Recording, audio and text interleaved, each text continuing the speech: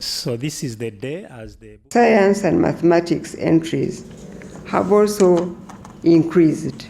It should be appreciated that science and mathematics are crucial in propelling development in industry, medicine, and related fields.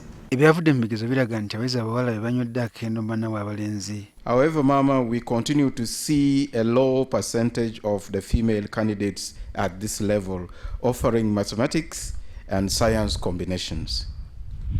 The paradox, Honourable Minister, is that the girls who offered the STEM subjects perform well, if not better than the boys.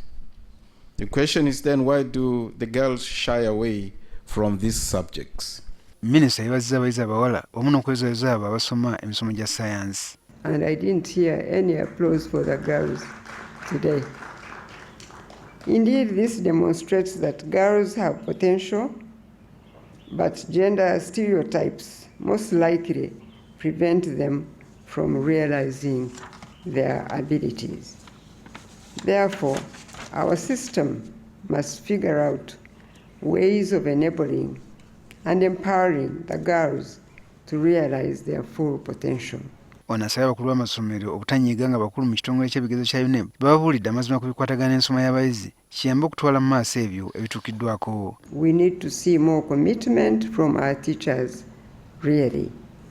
Please be there for your learners and ensure you provide them with both the theory and the practical skills they need to learn.